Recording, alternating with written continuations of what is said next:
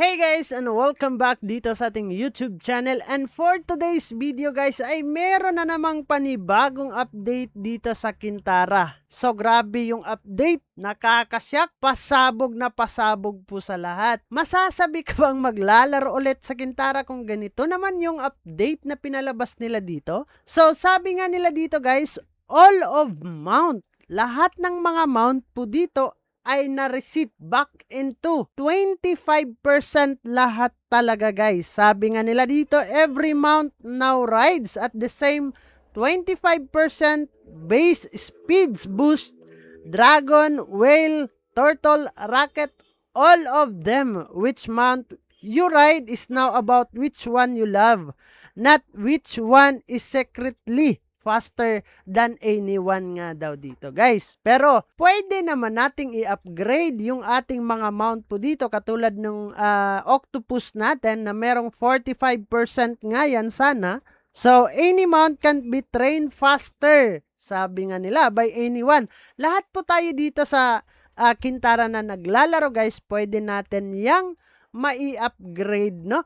So, merong bagong NPC na pinalabas sila dito guys, na dito nga daw tayo makakapag-level up or makakapag-train ng ating mga mount.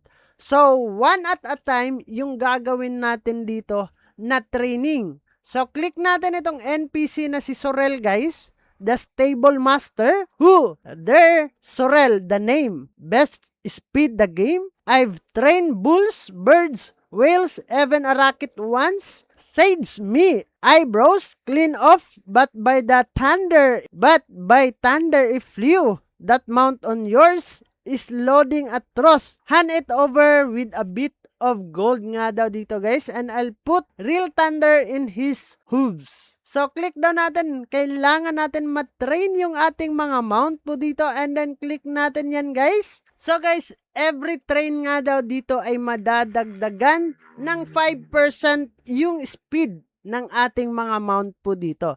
So next sessions nga daw dito guys is 30% na siya, and higher up na madadagdag natin dito is 55 speed percent po yan guys, no? So freeze out, padlock A.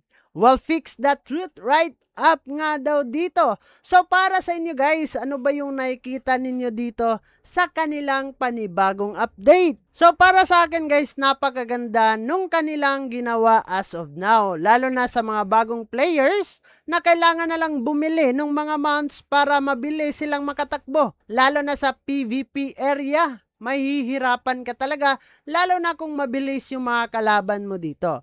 So, kailangan nyo lang i-find yung Sorel po dito guys. Ito po si Sorel sa new NPC. Dito pa din sa Fountain.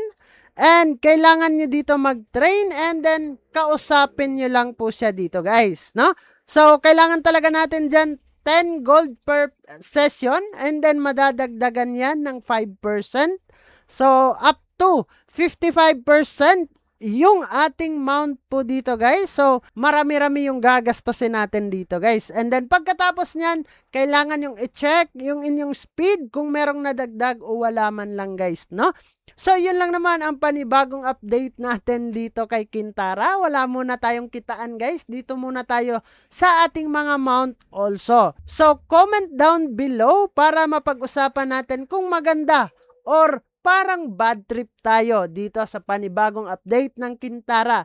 So bago natin tatapusin ang video na to, kung bago ka lang dito sa ating YouTube channel, ay huwag kalimutang mag-click subscribe and click the notification bell para ma-update at ma-aware ka sa mga panibago nating i-upload na video.